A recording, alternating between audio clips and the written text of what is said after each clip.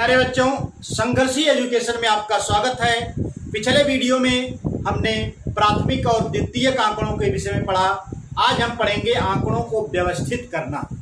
तो जो आंकड़े हमें प्राथमिक या द्वितीयक स्रोत से प्राप्त होते हैं वे आंकड़े अव्यवस्थित होते हैं। इन्हें हम कच्चे आंकड़े भी कहते हैं। तो अव्यवस्थित आंकड़ों को से कोई निष्कर्ष नहीं निकाल सकते, इसलिए उन आंकड़ों को हम व्यवस्थित करते हैं। तो हमें उन आंकड़ों को व्यवस्थित करने के दो तरीके हैं। एक, आंकड़ों को आरोही या अवरोही क्रम में लिखना, दूसरा आंकड़ों का वर्गीकरण करना। तो दो तरीके से हम उनको व्यवस्थित कर सकते हैं।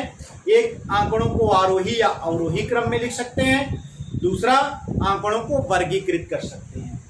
तो आंकड़ों का आरोही क्रम, जैसा कि आप जानते हैं कि बढ़ता हुआ क्रम आरोही क्रम कहलाता है। इसमें सबसे छोटी संख्या सबसे पहले लिखी जाती है, उसके बाद बढ़ते क्रम में अंत में सबसे बड़ी संख्या लिखी जाती है।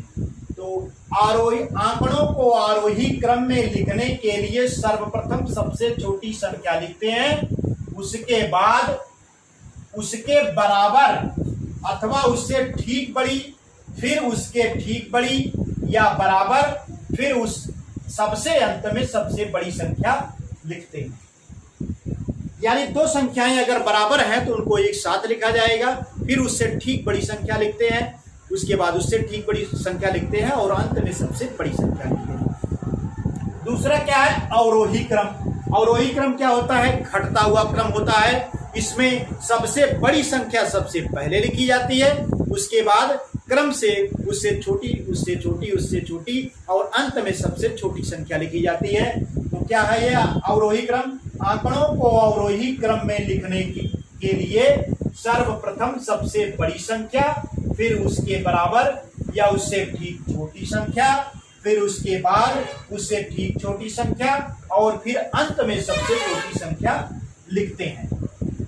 तो आंकड़ों को आरोही या अवरोही क्रम में तब हम लिखते हैं जब आंकड़ों की संख्या सीमित हो, जिन्हें आसानी से आरोही या अवरोही क्रम में लिख सकें। लेकिन आंकड़ों की संख्या अगर ज्यादा है, आरोही अवरोही क्रम में लिखने पर हमें दिक्कत हो रही है, तो उसमें हम क्या करेंगे? आंकड़ों का वर्गीकरण करेंगे। तो आंकड़ों का वर्गीकरण जो है दो प्रकार से किया जाता है।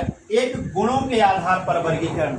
जैसे हमने आंकड़े प्राप्त किए तो कुछ आंकड़े शहरी हों, ग्रामीण हों, तो इस प्रकार से गुणों के आधार पर आंकड़ों का वर्गीकरण किया जा सकता है। और गुणों के आधार पर वर्गीकरण अगर आप नहीं कर पा रहे हैं, आंकड़ों की संख्या बहुत ज्यादा है, तो उसमें क्या किया जाता है?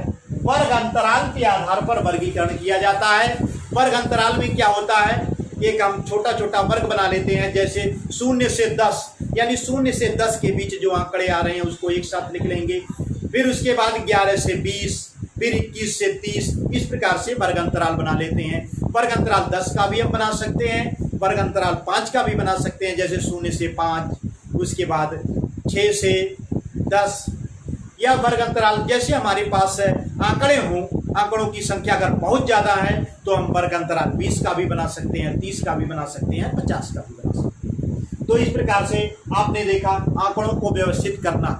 जो आंकड़े हमें प्राथमिक या द्वितीयक स्रोत से प्राप्त होते हैं उन्हें कच्चे आंकड़े या अव्यवस्थित आंकड़े कहते हैं। इन आंकड़ों से कोई निष्कर्ष निकालने के लिए सबसे पहले हमें आंकड़ों को व्यवस्थित करना पड़ता है। तो व्यवस्थित करने के दो तरीके हैं, एक आरोही या अवरोही क्रम, दूसरा आंकड़ों का वर्गीकरण करना। तो आरोही क्रम क्या होता है? बढ़ता हुआ क्रम आरोही क्रम होता है, यानी सबसे छोटी संख्या सबसे पहले लिखी जाती है, उसके बाद क्रम से बढ़ती हुई संख्याएं लिखने के बाद अंत में सबसे बड़ी संख्या लिखी जाती है। दूसरा क्या है? अवरोही क्रम। अवरोही क्रम में सबसे बड़ी संख्या पहले लिखी जाती है, उसके बाद उससे छोटी और अंत में सबसे छोटी संख्या लिखी जाती है। आरोही या अवरोही क्रम में तब लिखा जाता है जब आंकड़ों की संख्या सीमित हो, लेकिन जब आंकड़ों की संख्या ज्यादा है तो हम उसमें आंकड़ों का वर्गीकरण करते हैं। वर्गीकरण दो प्रकार से होता है, गुणों के आधार पर वर्गीकरण और वर्ग अंतराल के आधार पर वर्गीकरण। जब आंकड़ों की संख्या आरोही अवरोही क्रम से में लिखने के अनुरूप नहीं है, अधिक है, तो हम गुणों के आधार पर वर्गीकरण करेंगे। जैसे शहरी आंकड़े, ग्रामीण आंकड़े, उसमें आप वर्गीकरण करके लिख सकते हैं। तो गुणों के आधार पर वर्गीकरण करने में हमको दिक्कत हो रही है, आंकड़ों की संख्या बहुत ज़्यादा है, तो उसमें वर्ग अंतराल के आधार पर वर्गीकरण किया जाता है।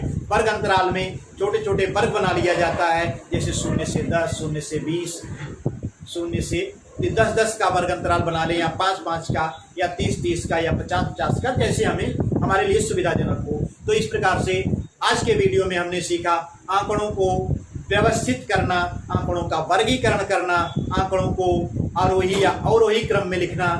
इसके बाद अगले वीडियो में हम 4A के अभ्यास 4A के प्रश्नों को लेकर के एक नए वीडियो के साथ मिलेंगे। तब तक के लिए नमस्कार।